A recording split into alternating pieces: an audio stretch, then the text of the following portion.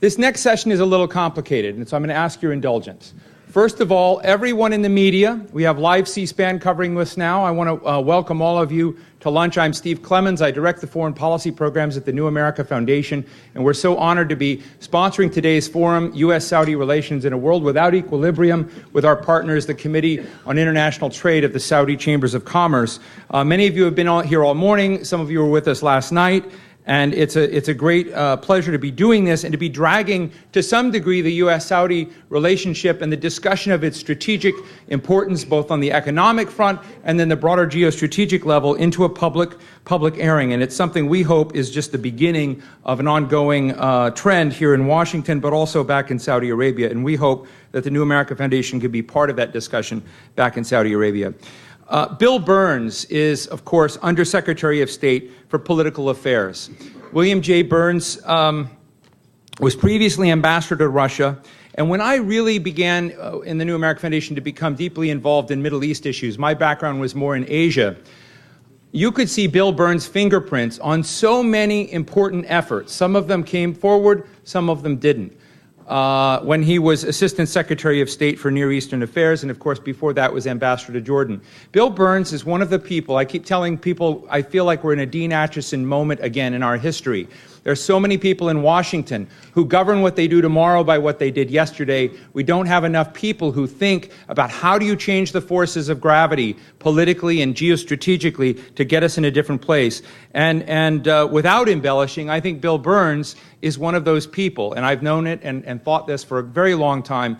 He's been a subject, and he's, I've never asked if he liked it. I write a blog called The Washington Note, and I've written about him a lot, never knowing whether he liked the harassment or the applause, but Bill Burns is really one of our country's key architects in national security, and the Obama administration is very, very fortunate to have him, and of course he's served many, many administrations. Let me emphasize this complicated part for the media. This part is on the record. C-SPAN is taping with us on the record. Because we want to achieve a relative level of candor during the questions and discussion, it is off the record. And we are shutting down C-SPAN. We are shutting down, we've had over 3,000 people with us this morning watching online. We're going to suspend that for 25 minutes, and then at the BlackBerry break, come back. It's important to all of our friends, whether they're from the Middle East, from the United States, from the Korea Times is here, I think, wherever, respect the issue of the off-the-record discussion. We'll achieve more that way. So without further ado, please welcome William J. Burns, Undersecretary of State for Political Affairs.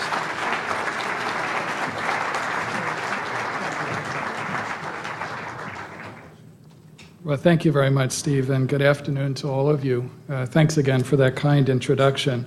It truly is an honor to speak at an event sponsored by the New America Foundation, an institution for which I have great respect. And it is a pleasure to offer a few thoughts on relations between the United States and Saudi Arabia, an issue which holds high priority for President Obama, Secretary Clinton, and the entire Obama administration. As all of you in this distinguished audience know better than me, few countries in the world today matter more to American interests than Saudi Arabia, and few are more consequential for the kind of international order we seek. Americans and Saudis have our share of disagreements, but our shared interests far outnumber our differences. To counter the well-deserved reputation of diplomats for long-windedness and to ease your digestion over lunch, I promise to be brief.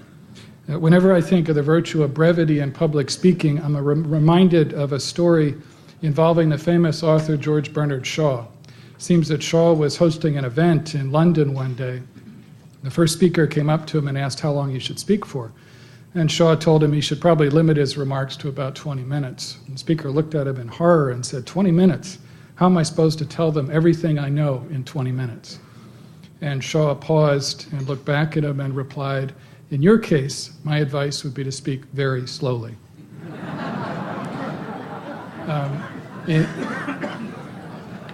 In my case, you don't have to worry about me going much beyond 20 minutes, even if I speak very slowly.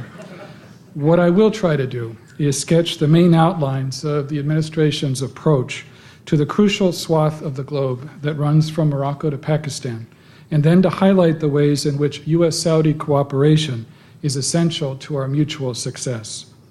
It is tempting, when considering the daunting challenges of the modern Middle East, to treat them as an a la carte menu, to focus on some problems and ignore others. We simply don't have that luxury. We have to understand the connections between those challenges, from unresolved regional conflicts, particularly the Palestinian issue, undiversified economies, unresponsive political systems, unrestrained proliferation of weapons of mass destruction, and unchecked violent extremist groups who feed off all of the above. We have to confront those challenges persistently and comprehensively across a broad front. We need to make common cause with as many partners as possible in the region and outside it. As President Obama has made clear, we have to proceed with a sense of humility, which history reinforces, but also with a sense of possibility. The truth is that a broad, positive agenda of the sort that we are embarked upon is the best antidote to the essentially destructive agenda of the militant minorities who threaten the region and who are much better at tearing down than they are at building up. That is why we are engaging actively and resolutely across an interconnected set of issues. We are working with our partners to stem extremism and prevent terror, and to deny safe haven for terrorists throughout the region, particularly in Afghanistan and Pakistan. We are committed to working with our partners to seek an end to persistent conflict in the region, in particular achieving a lasting peace between Israel and its neighbors, with both an Israeli and a Palestinian state living side by side in peace, dignity, and security. While we work for a worldwide reduction of nuclear arsenals, we seek to prevent the emergence of any new nuclear-armed states and to strengthen the non-proliferation regime. We share the concerns of others that Iran pursues a destabilizing agenda in the region and beyond. We believe the best way to address this danger is through a diplomatic solution to the range of serious challenges posed by Iran. We seek an Iraq that is sovereign, stable, and self-reliant, integrated politically and economically into the region and beyond, and a partner contributing to regional peace and security. We are working cooperatively with the G20 and other countries and international organizations to help the global economy recover from the current crisis and to find ways to foster economic prosperity. In that regard, we welcome the moderating influence that Saudi Arabia plays in global energy markets. Mindful of our own sometimes imperfect record, we seek to expand across the region respect for the rule of law, as well as freedom of religion and expression. We have reoriented our approach to diplomacy, focusing on partnership, pragmatism, and principle.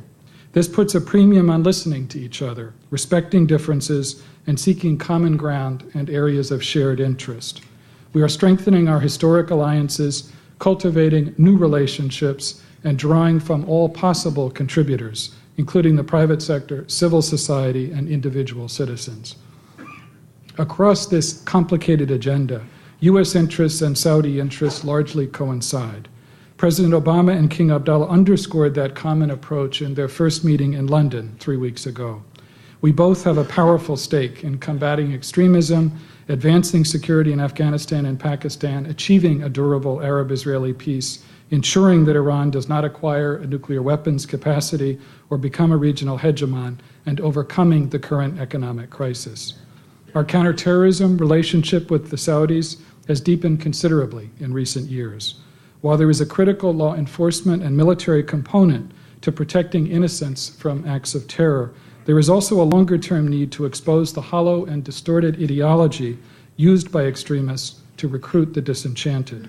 The government of Saudi Arabia has become a partner in the ideological struggle against extremism. King Abdullah has advanced an interfaith dialogue initiative focused on promoting tolerance and understanding among world religions, including a series of high-level dialogues in Mecca, Madrid, and most recently, New York. On the margins of an interfaith dialogue session last fall, the king spoke with Israeli President Peres, the first such exchange between Saudi and Israeli leaders. King Abdullah is also the first Saudi leader to meet with the Pope. For our part, the United States understands that we have much work to do to rebuild trust, especially in the Muslim world. President Obama has made clear that the United States is not and will never be at war with Islam. Indeed, we seek to work with Muslim countries to counteract the violent ideology of extremism and instead replace it with a sense of hope and possibility. The Saudis also run one of the world's most effective rehabilitation programs for captured extremists and have recently embarked on a series of public terrorism trials designed to solidify Saudi public opinion against extremism. We have an active dialogue about how to work together with Yemen. Our prospects for success in Afghanistan and Pakistan are enhanced by deepening our cooperation with Saudi Arabia. More than 80 nations, including Saudi Arabia, participated in the International Conference on Afghanistan in The Hague last month. That meeting was followed by a donors conference on Pakistan in Tokyo, where we were heartened to see the Saudi government pledge $700 million over 2 years to support Pakistan's short-term economic stabilization and long-term development and reform. We share an interest in Pakistan's stability and must work together to disrupt, dismantle, and defeat al-Qaeda. We are also working closely with our Gulf allies to cut off private financial flows to the Taliban, as well as al-Qaeda. Saudi Arabia is an essential partner in our efforts to promote a lasting two-state solution to the Palestinian-Israeli conflict. As the author of the Arab Peace Initiative, Saudi Arabia staked out a bold posture, offering a vision for ending the conflict between Israel and the Arab world. As the President and Secretary Clinton have repeatedly emphasized, the Arab Peace Initiative is an important contribution to prospects for peace in the region.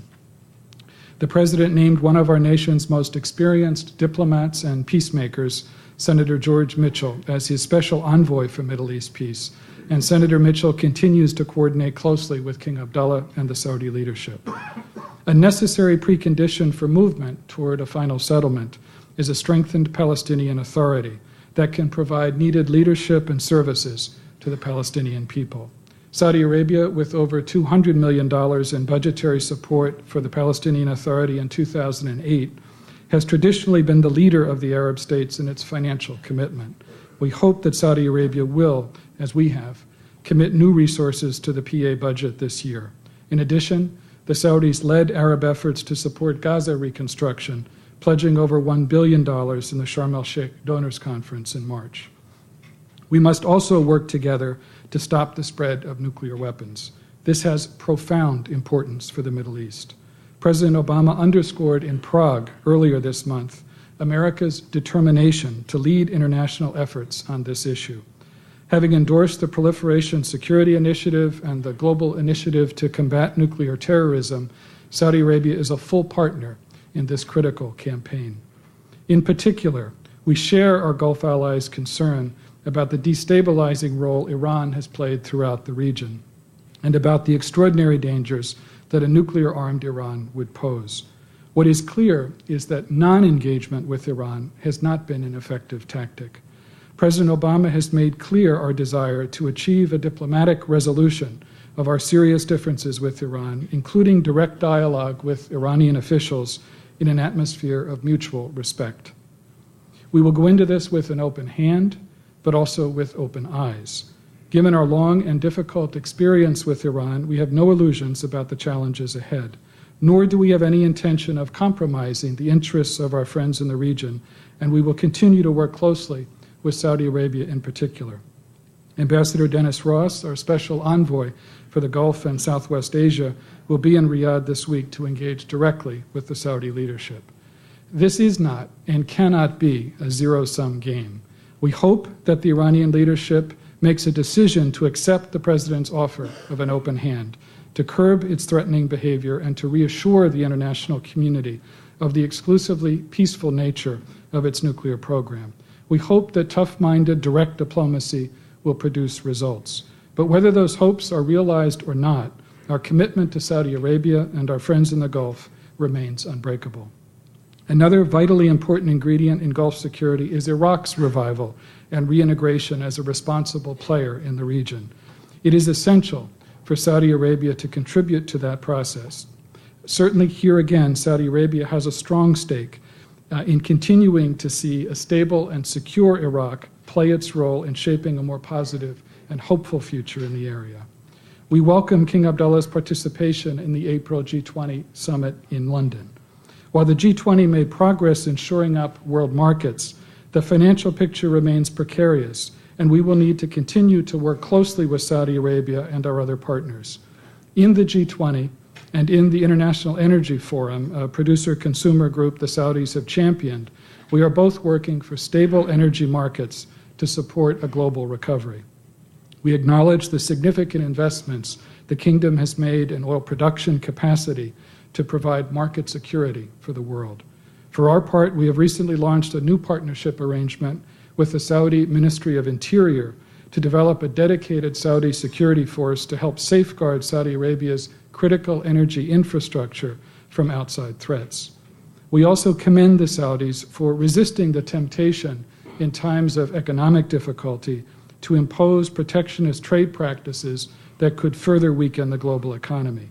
The Saudis have actually lowered over 70 line-item tariffs.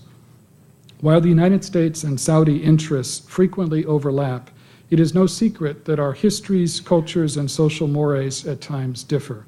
While we welcome the reforms undertaken by King Abdullah in recent years, there are issues on which we disagree, and in which we do not hesitate to air our disagreement publicly with Saudi Arabia. And we know that the Saudi government sometimes publicly disagrees with us. This is a normal part of a healthy and honest relationship. We are all aware of disturbing reports on human rights abuses, including recently the case of a Saudi judge who upheld the marriage of an 8-year-old girl to a 50-year-old man. Child marriage is, unfortunately, still common in much of Saudi Arabia, and we have voiced our concern about this practice at the highest levels. We were encouraged by reports that the Justice Ministry had begun to review the legal age of marriage. At the same time, King Abdullah has proven himself a reformist force within Saudi society. Over the objections of religious conservatives, the king has advanced a reform program aimed at modernizing educational and judicial establishments. In February, he announced sweeping government reforms and broadened participation on senior religious councils. We hope the Saudis will embrace a meaningful reform agenda that will improve the lives of both Saudis and foreigners working inside the kingdom. I suspect that I am now perilously close to the 20-minute barrier that I promised to respect at the outset of my remarks. So let me conclude simply by restating the glaringly obvious.